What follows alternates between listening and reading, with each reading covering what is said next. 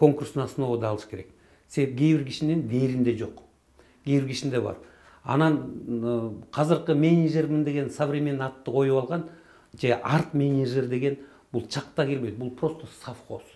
Батыр экен иштеп атат, жылуулук барбы, тигинси барбы деп. Ал второстепенно. Мен мисал келтирейин. Гергиев деген самый знаменитый дүйнөгө чыккан дирижер бар. Санкт-Петербургдагы Мариинский театрдын чоңу. Художественный руководитель, директор деген жок. Анын астында 4 эмес 6 менеджер иштейт. Жанак арт менеджер, тигинси бизнес, тияка каяка кетет, кандай болот, бүт структуранын уже 1 жылга жазылган, расписано. Минимум, максимум программалар бүт бар. Алар келген ошол задача ошондуку. А бул только музыканын сапатын карайт. А музыканын сапатын, кайсы музыканы жакшы билесиз? Ошол музыканы өмүр бою ойноп жүрөт, 41 согуштагы музыкалар дагы эле чыгып атпайбы? Кайсынысын эметип атат? Ага деген кичине современный, креативный, бирок эскини унутпай, без старого никогда не бывает нового. Жаңысын алып келип, жаңылатып туруп, бетти көргөзүш керек момундай деп. Анан жаңы муундардан кимди таап атасыз? Жаңы муундардан чыгып атабы? Бул Кудайбергеновдей болуп, ырчы, Димаштай болуп, дүйнөсүн. Мына ошондой балдарды тарбиялаш үчүн бизге окуу жайга жөнөтүш керек. Бизде азыр окуу жайга жибергенде кимди жөнөттү? Же циркачты жөнөттү? Бир эле актерлор жиберди Шепкинге. А бизде деген жазуу музыкант чыгыш керек эле. Кетти теңин Россияга, межгосударственное соглашение. Теңин жетирдикпи Европага, теңин Америкага. Кайра межгосударственное соглашение ошол бир 4-5 жылдан кийин кайра келет да өзүнүн элине экмек болот. Эмне себептен циркты көтөрө албайт атабыз? А дүйнө жүзү боюнча цирк биринчи орунда ким турат?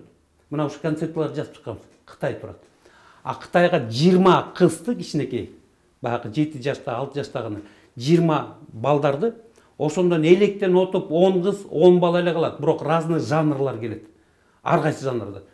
10 жылдын ичинде дүйнөдөгү эң биринчи циркачтар бизден болмак. А кыргыз элинде таланттар көп. Мына ошол жаш муундарды келечекке ой толгоп, урпакка кызмат кылуу деген ушул. Ошол концепцияларды алып келгенде окуду. Макул, хорошо сделаем деп концепцияны баарын толтура, жыкчыйма кагаз түрүндө жатат, аны туалетке барып ыргытып иш керек да.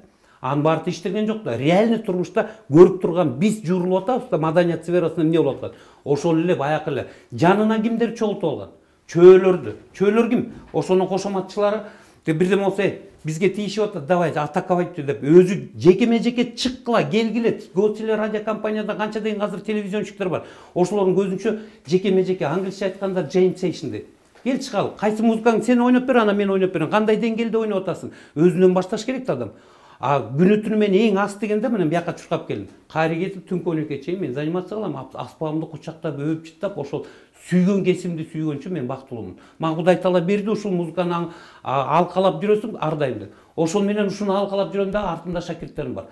А келгиле жумушка алгыла, биз кыргыз элине бир салым кошолуп десек эле, койчу эми, атичү деп коет. А бирок келген конокторду кескесте буларды отпускка чыкканда эмне кылат? Жалдырайт. Курмангазы байке оркестрыңыз барбы? Жаш улан кыздар барбы? Чогуу келип туруп, өзүбүздүн маданиятыбызды көргөзбөйлүкү, биякта деген иностранецтер келип калыптыр. Макул деп элпек боло коюп бересиң да, таң калдырасың, акылсын аласың, тыйын аласың, кетесиң. А негизи андай эмес, бизди какпай, силикпей, силер кетпегиле, чогуу журулушуп, биримдикке ынтымакка келелик деген гана. Андай жок да. Мындай концепциялар толтура жазгам. Үйүндө азыр жанагы портфелдин ичинде концепция жазылган боюнча турат. Мынчанчы жылы бул концепция, экинчиси мындай, анан тигинчиси деп. Аны маданият министринин көргөзгөндө ал окуйт, хорошо, жакшы деп коет. А бул эмнеден? Себеп деген тиги үстүртөн айтса, хоп майли, тияка хоп майли, тигинде бүт парламенттеринде окуй, эми мамилемди бузуп албайынчы алар менен. Алар жаман айтып койсо эмне кылам деп